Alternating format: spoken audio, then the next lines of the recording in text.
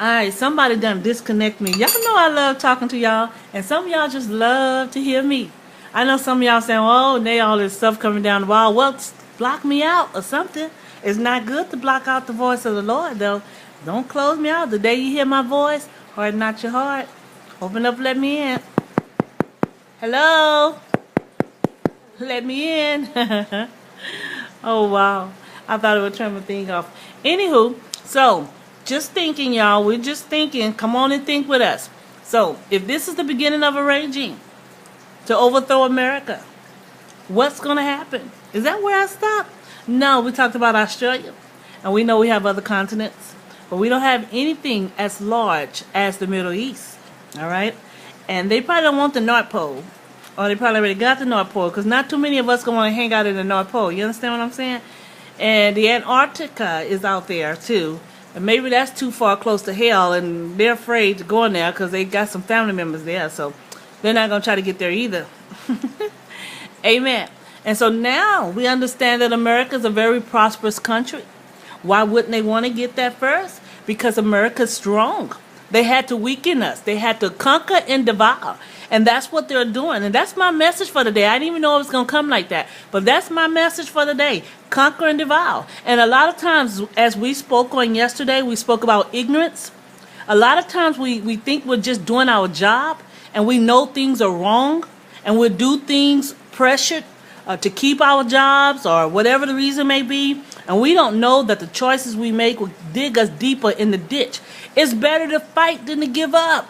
That's what I say. You risk the chance of winning. Don't just throw in any towel. Fight. Don't give up. Don't commit suicide. Don't take your own life. Amen. That's the same thing. You have a better chance of coming out of your situation if you just fight. I would rather die at the hand of someone else than at my own hands. And you actually kill yourself when you give in to devices that you know are evil and wicked. You can assume or you may believe it's going to come to pass or, it's going to sustain you, but you're just giving your life over to the enemy.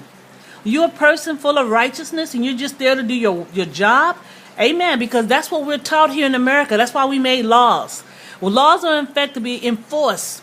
You don't throw out the Constitution because it's not right. You try to correct it as much as possible, but you leave guidelines. You continue to enforce guidelines when you're dealing with so great a crowd of people. It's too many people in America just to throw out a constitution. And we're not going to give the power in the hand of one man. Because America, we don't live like that. Is that correct? We don't live like that. Third world countries live with one man in government. Amen. And that is the reason the UN said they was coming up against the Middle East. Because they had one man in position. And I don't just look at America, because I know they have these groups where they go about saying who they going to conquer and devour, right? The UN is still a one-man game.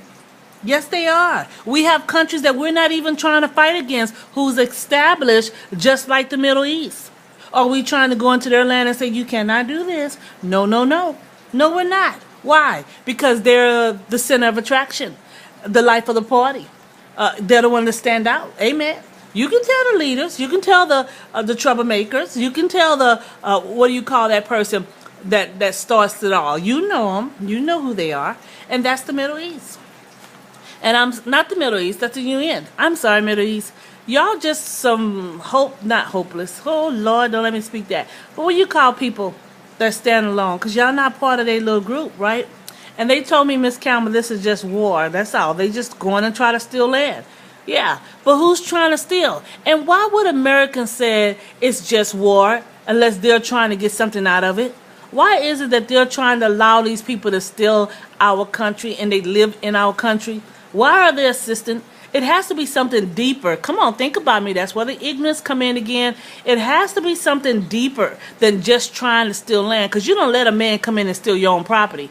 I mean, if we fighting to steal other folks' property, okay. We split whatever we get out of it. And I go with mine, you go with yours, and the third party goes with his. But why would I agree that, come on, y'all come steal my house now? Unless we have a purpose. Maybe a husband in there don't like his wife. Come on, something he's trying to get from that individual who lives within the house. Why would we want to come and steal from our own country? We're part of the league. Africa is part of the league. Amen. And they have to sneak up on us to get it done.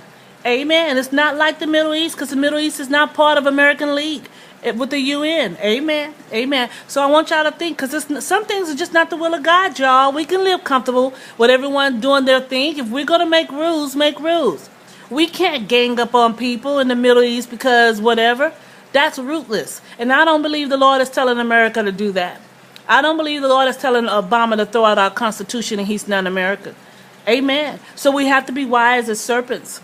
Yes, ma'am. Yes, ma'am. We have to be wise because we know something is going on in America because we're not keeping with our Constitution. And y'all know something else? Let me say this.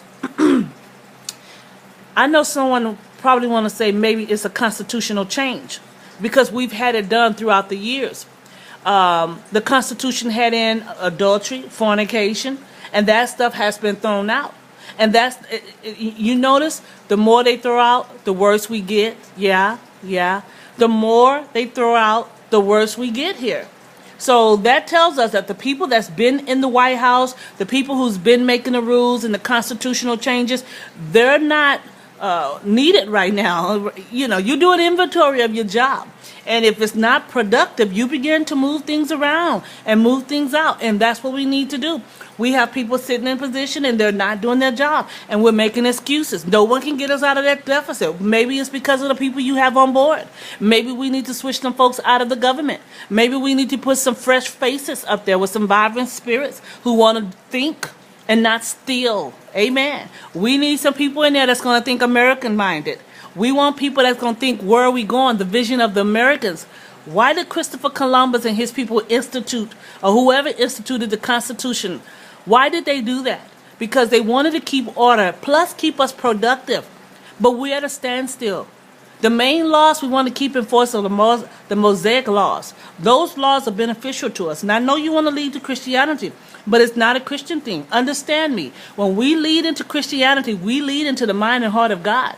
And that's what America is built on. One nation under God, indivisible, with unity and justice for all. That's what America stands for, God. And so when God implemented the law, he had a standard in mind. He knew what unity was, not division. He knew what it took to bring us together. And so he gave the people a choice when Moses came down off that mountain.